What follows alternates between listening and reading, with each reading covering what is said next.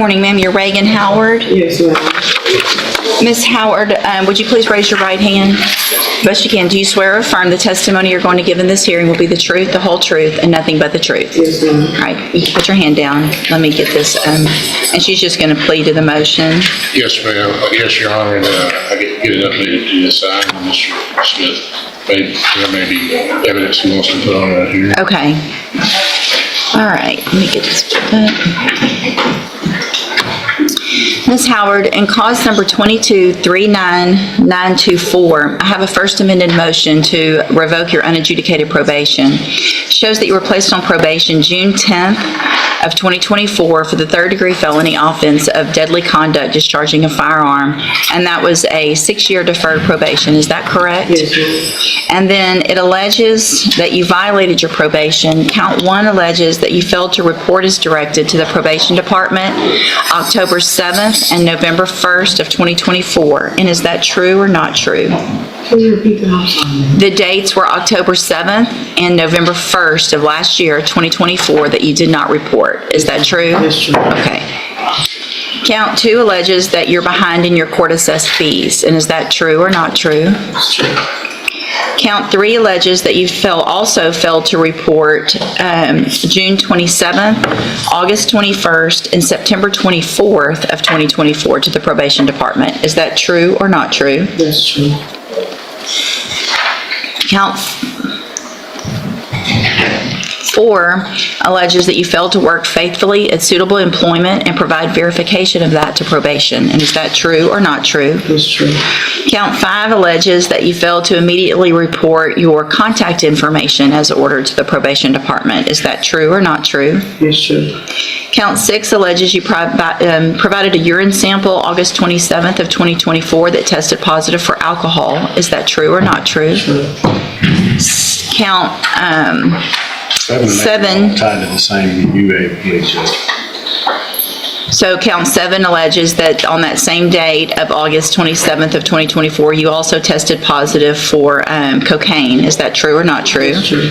And then count 8 alleges on that same date, you also tested positive for tetrahydrocannabinol. And is that true or not true? True. Count 9 alleges that you did not provide verification of performing the community services required. Is that true or not true? True.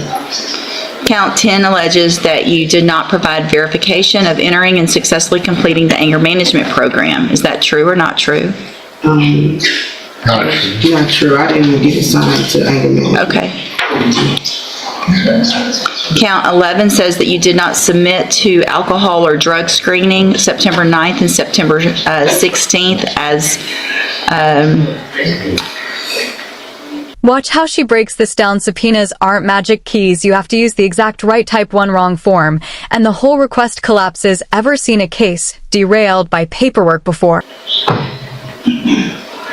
and then apparently you had possessed a device or an object for the purposes of providing a fake specimen. Is that true or not true? Not true. Count 12 alleges, again, that you're behind in your court-assessed fees. This is was done a little bit later, so the amount is more. Is that true or not true? True.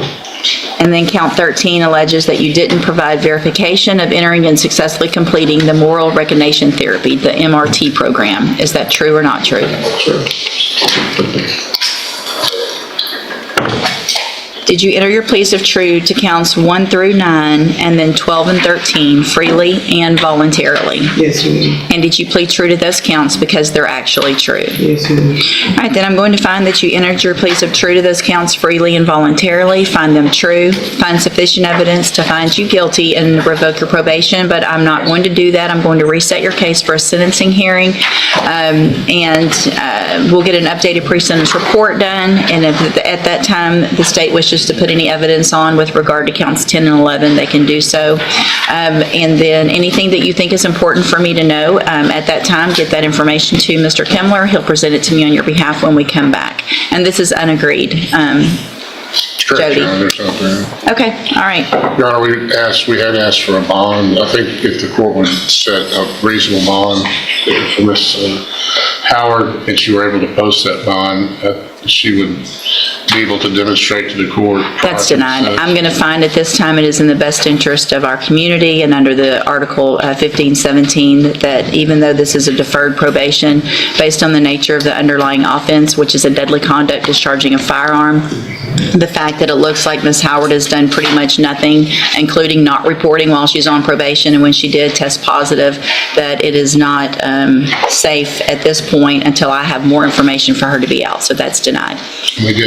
You did have her support letter. Yes, and I've already received those, and we'll get those to probation as well so that they can be part of that pre-sentence report.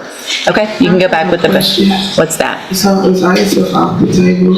Well, I don't know right now until we come back for sentencing.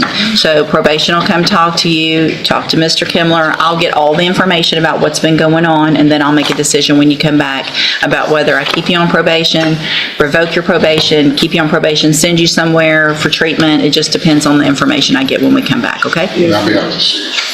Okay, you can go back with the bailiff. Good morning, you're Von Zell Hall?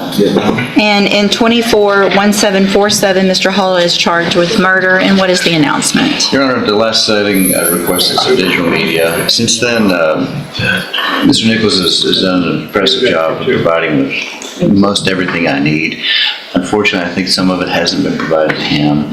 And I've discussed this with him. I'm trying to get a few more items I think are pretty important to this situation before we announce. If I could have a 30-day reset.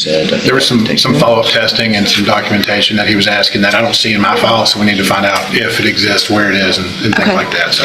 All right, so I'll do one more reset. Y'all can work on that. If there's anything that you can get, obviously get that to Mr. Matuska and Mr. Hall. Mr. Matuska will be out there, I'm sure, to visit with you once he gets everything to see what y'all want to do at the next court date, okay? All right, you can go back with the bailiff. Thank you. Good morning. You're Anthony Williams? And Mr. Rojas, will your client waive the formal reading of the indictment? He will, Your Honor.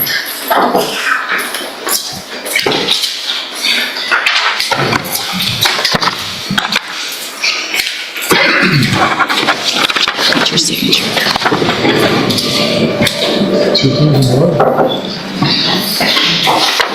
Mr. Williams, in cause number 240401, you're charged with the third-degree felony offense of evading arrest or detention with the use of a vehicle from December 7th of 2023.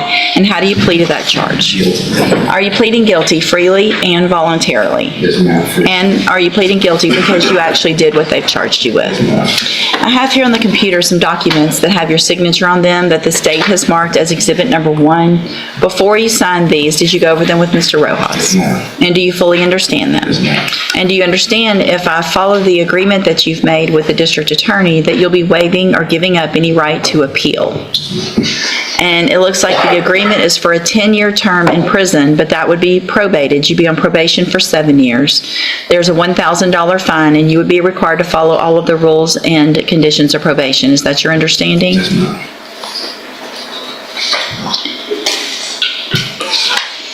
Also, do you understand, if you're not a U.S. citizen, that a plea of guilty or no contest may result in your deportation, exclusion from admission to the country, or denial of naturalization under federal law? Sorry. State tenders number 1. No objection. It's admitted. Is there any evidence that Mr. Williams is not competent? No, Your Honor. All right, so I'm going to find that you entered your plea of guilty. DO, this ruling sends a powerful message. Even after admitting multiple probation violations, the final outcome isn't set in stone. The judge is gathering more information before deciding whether probation, treatment, or prison is the right path. If you were making this decision, would you give one more chance, or enforce the original sentence? Let us know your thoughts in the comments. Freely and voluntarily. Find that you're mentally competent and you understand the nature and the consequences of that plea. Find sufficient evidence to find you guilty. However, I'm going to reset your case for sentencing so that I can get a pre-sentence report done. That'll give me more information about you and your case, and then we'll come back at a later date for sentencing. You need to stop and talk to probation on your way out of the courtroom today so they can start that report, and she's sitting at that desk right over there. All right, we'll see you back at sentencing. Yes, ma'am. Thank you. Yes, sir.